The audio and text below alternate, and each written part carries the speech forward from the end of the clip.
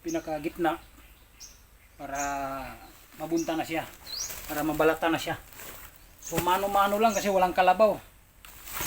So kayang-kaya. Bakit hindi?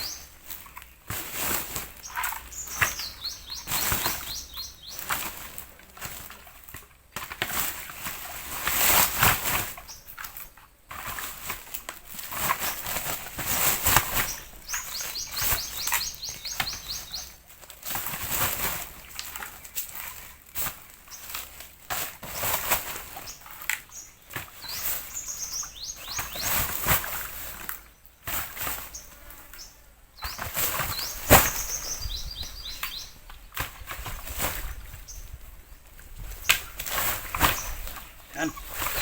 Punong-puno na. Kayang-kaya. Mabigat yan. Kayang-kaya yan. Yan.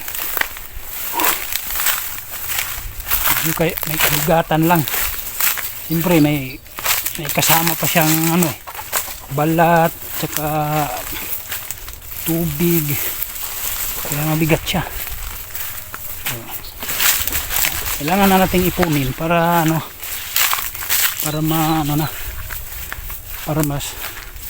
para mabalata na siya. Makikita nyo rin yan kung paano balatan siya.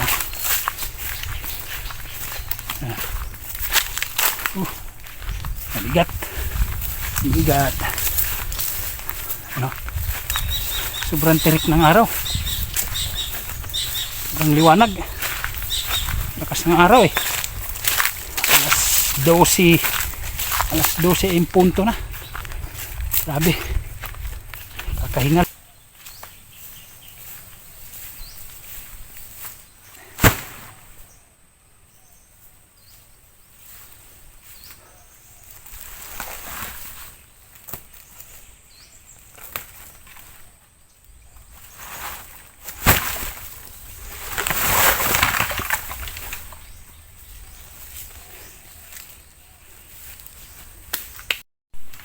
Sumauni siya ang landahan, yung lutuan ng kopra.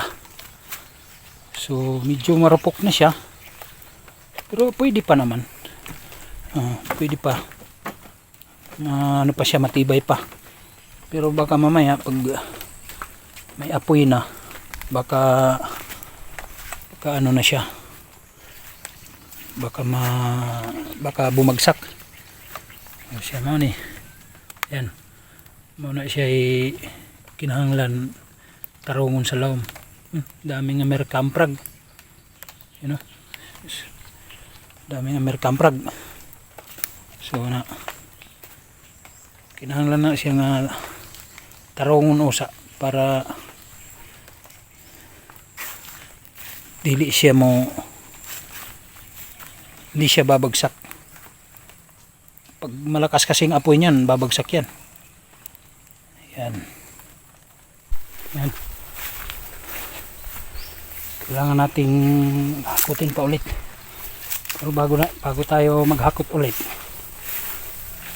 kakain muna tayo tanghalian para matapos yung trabaho.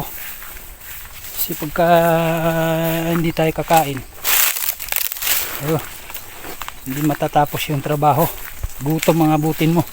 Kaya siyempre kailangan natin kumain. So good morning mga idol, no? So continuous tayo ngayon sa paghahakot ng nyug.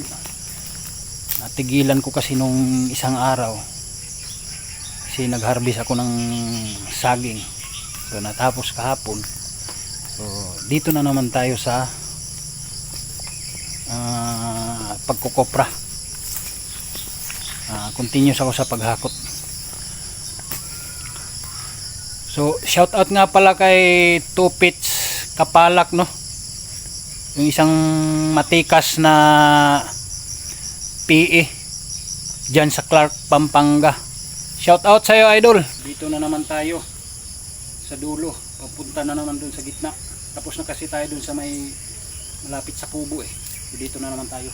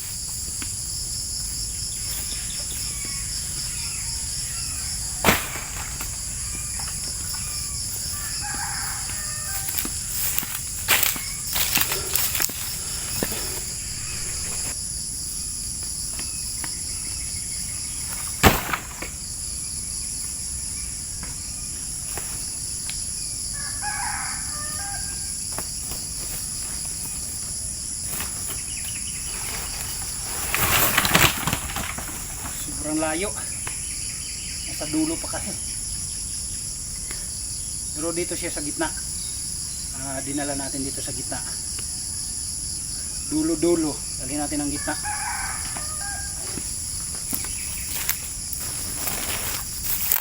So, mag-almusal muna tayo. Nagugutom na ako. So, ulam natin ngayon tuyo.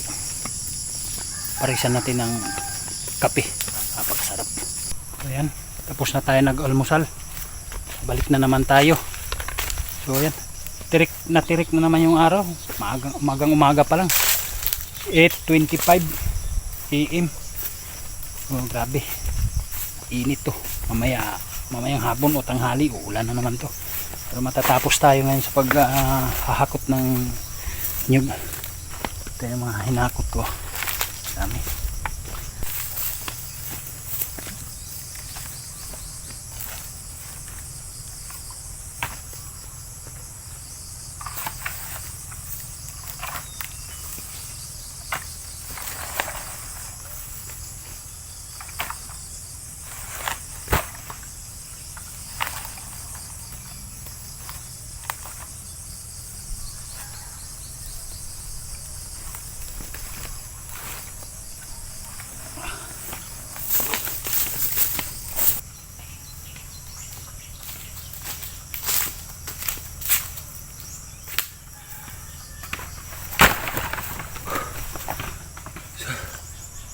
So natapos na tayo sa paghakot.